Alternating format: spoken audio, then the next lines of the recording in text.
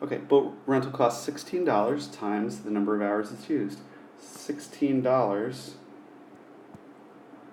times some hours that it's used. Let's say H number of hours rented.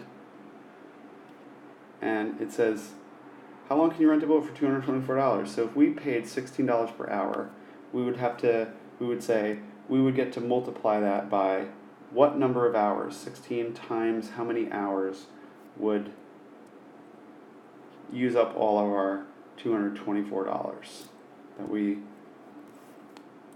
have to spend on this boat rental.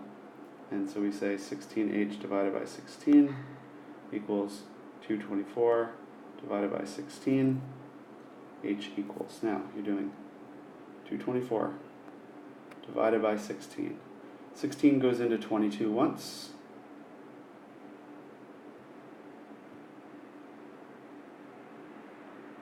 And I just happen to know from my multiples of 2 that 16 goes into 64 exactly 4 times.